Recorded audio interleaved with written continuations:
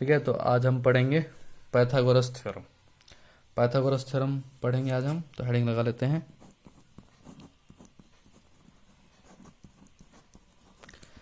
Pythagoras theorem. ठीक है, अब ये पाइथागोरस थ्योरम क्या होता है? जैसे कि एक ट्रायंगल है A B C, right angle triangle है A B C, right angle B पे है, तो पाइथागोरस थ्योरम क्या कहता है कि ए सी का स्क्वायर किसके बराबर होगा? ए बी का स्क्वायर प्लस में बी सी का स्क्वायर। यही पाइथागोरस थ्योरम है। ए सी अपना है हाइपोटेन्यूज, ए बी है परपेंडिकुलर, बी सी है बेस। तो हाइपोटेन्यूज का स्क्वायर इक्वल टू परपेंडिकुलर का स्क्वायर प्लस में बेस का स्क्वायर। ये क्या होता है? हाइपोटेन्यूज। ठीक है, इसको कहते हैं परपेंडिकुलर,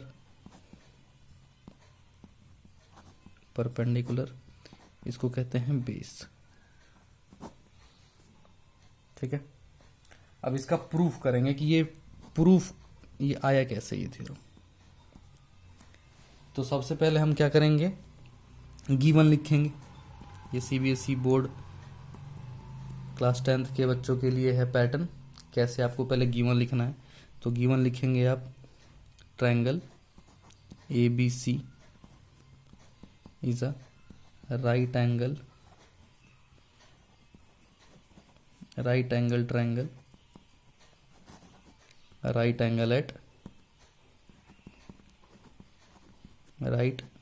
एंगल एट बी। ठीक है, राइट एंगल एट बी, ये आप हेडिंग लगा लेंगे, गिवन में लिख लेंगे आप। उसके बाद टू प्रूफ में आपको ये लिखना है। इसके बाद फिर थोड़ा सा हम करेंगे कंस्ट्रक्शन। ठीक है, तो कंस्ट्रक्शन कैसे करेंगे? जैसे कि ये राइट एंगल ट्रायंगल है ए बी सी, तो यहां से एक परपेंडिकुलर हम ड्रॉ कर देंगे हाइपोटेन्यूज पे, इसका नाम दे देंगे डी। यही आपका कंस्ट्रक्शन है। और यहाँ तो 90 डिग्री हमें गिवन ही है राइट एंगल ट्रायंगल। ठीक है, तो आपको क्या करना है, यहाँ पे लिखना है कंस्ट्रक्शन। गिवन के बाद टू प्रूफ जो ऊपर लिखा हुआ है ये आपको यहाँ लिखना है। ये जो टू प्रूफ है यहाँ लिखना है आपको। क्या लिखना है? ए सी का square equal to A B का स्क्वायर प्लस बी सी का स्क्वायर। क्लियर? कंस्ट्रक्शन में आपको ये लिखना है कि ड्रॉ बी डी, एक परपेंडिकुलर खींच दिया हमने ए सी पे, बी डी परपेंडिकुलर खींच दिया ए सी पे। अब आप देख सकते हैं हमारे पास तीन ट्रायंगल बन चुके हैं, दो छोटे छोटे ए बी डी और एक डी बी सी और एक बड़ा वाला ए बी सी। तीन ट्रायंगल बन चुके हैं। अब आपका मेन काम ये है कि जो छोटे छोटे दो बने हैं, इन दोनों छोटे को बड़े के सिमिलर प्रूव करना है। दोनों छोटों को बारी बारी से बड़े के सिमिलर प्रूव करना है। यही हमारा मैप है। ठीक है, मतलब रोड मैप हमारा यही है, यही करना है हमें। तो यहां से लिखेंगे प्रूफ। हम ले लेंगे छोटा वाला triangle A B D, in triangle A B D ले लेंगे, एंड ट्रायंगल बड़ा वाला ए बी सी। ठीक है, छोटा वाला ले लिया है और बड़ा वाला ले लिया है। अब आप देख सकते हैं कि बड़े वाले में B90 तो था ही, और छोटे वाले में कौन सा 90 है बताओ? ये D90 है कि नहीं? ए बी डी में D90 है, तो B equal to D, 90 degree यहाँ लिख सकते हैं आप, ईच 90 भी लिख सकते हैं। अब आप देखिए, इस वाले ट्रायंगल में ए एंगल आ रहा है और बड़े वाले में भी ए आ रहा है, तो एंगल ए किसके बराबर हो गया? एंगल ए के। इसको हम क्या कहेंगे? कॉमन। ठीक है, तो आप जानते हैं कि जब दो ट्रायंगल के दो एंगल इक्वल हो जाते हैं तो bye double A similarity criteria से दो ट्रायंगल सिमिलर हो जाते हैं। तो आपको बस ये लिखना है, bye double A similarity criteria, triangle जो आपके बने ए बी डी और ए बी सी, ये क्या हो गए? ए बी डी और triangle A B C similar हो गए। ये सिमिलर का साइन होता है। ठीक है, तो जब सिमिलर हो गए जब, तो हम क्या कर सकते हैं, इनके साइड्स को रेशियो में लिख सकते हैं। तो साइड्स को रेशियो में कैसे लिखेंगे? तो इसके लिए आपके पास तरीका क्या है? देखिए, इन्हीं ट्रायंगल को एक बार पैटर्न में लिख के आपको दिखाते हैं। आप ऐसे भी लिख सकते हैं अगर आप समझ पाएंगे तो, नहीं तो आप पैटर्न में लिख सकते हैं। जैसे कि दो ट्रायंगल आपने सिमिलर कर दिए हैं, छोटे वाला और बड़े वाला। तो छोटे वाले की 90 डिग्री कौन सा है, डी, तो इसका डी लिख लीजिए। बड़े वाले का 90 क्या है, बी, ठीक है। छोटे वाले का कॉमन क्या है, ए, तो दोनों में ही कॉमन है। पहले 90 90, फिर कॉमन कॉमन, फिर जो बच गया, क्या बच गया, छोटे वाले में डी लिख दिया, ए लिख दिया, बी बच गया ना, ये छोटा वाला बी लिख दिया हमने। बड़े वाले में देखते हैं, ए बी लिख दिया है बड़े का, ए लिख दिया, क्या बच गया, सी बच गया सिर्फ, बस। अब इनको साइड्स रेशियो में लिखने में आपको आसानी हो जाएगी। डी ए अपॉन में बी ए, मतलब पहले के दो का रेशियो किसके बराबर होगा, आखिरी के दो, ए बी अपॉन में ए सी, पहला और आखिरी डी बी अपॉन में पहला और आखिरी बी सी। ये बात आई सभी को समझ में। हमने ये क्यों किया, दो ट्रायंगल जब सिमिलर हो जाते हैं तो उनका साइड्स रेशियो में हो जाता है, यही सिमिलैरिटी का रूल है।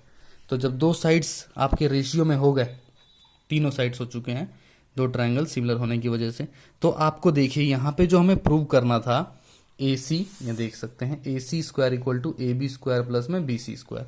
तो यहाँ पे ए बी और बी सी हम ले सकते हैं यहाँ से, कैसे, अब देखिए ए बी यहाँ पे दिख रहा है आपको, देख पा रहे हैं यहाँ पे, देखिए ए बी, यहाँ भी ए बी, तो इन दोनों को आप चुनाव करिए, इसको आप रहने दीजिए अभी, क्योंकि जो हमें चाहिए उस हिसाब से हम उनको लेके आगे बढ़ेंगे। तो यहाँ पे ए बी यहाँ जाके मल्टीप्लाई होगा, तो ए बी का स्क्वायर किसके बराबर हो जाएगा, डी ए और ए सी, डी ए डॉट ए सी, है ना, डी ए इससे मल्टीप्लाई हो जाएगा, और ये आपके पास इक्वेशन आ गई 1, ठीक है। सिमिलरली ऐसे ही आपको जो छोटा वाला ट्रायंगल है और बड़ा वाला ट्रायंगल है, इसको सिमिलर करना पड़ेगा। तो आप कैसे सिमिलर कर सकते हैं, देखिए यहाँ पे आप लिख लीजिए, इन ट्रायंगल, कौन सा ट्रायंगल है, छोटा वाला, आप देख सकते हैं डी बी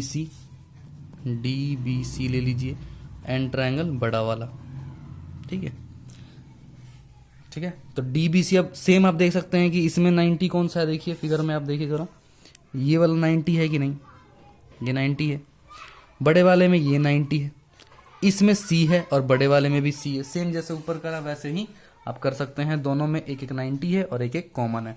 तो आप यहाँ पे लिख सकते हैं, देखिए कैसे लिखेंगे आप, छोटे वाले में डी है और बड़े वाले में बी है, ईच 90, ठीक है।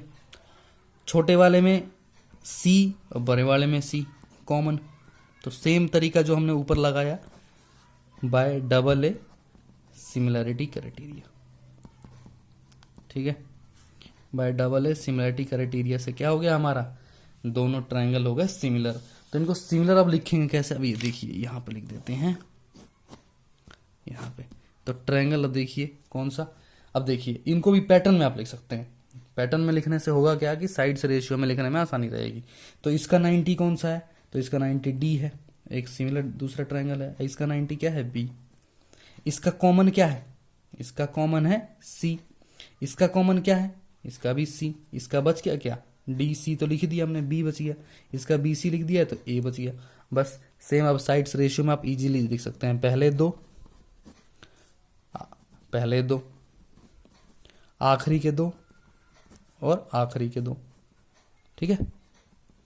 पहला और आखिरी डी बी, पहला और आखिरी बी ए, देख पा रहे हैं आप, बी ए।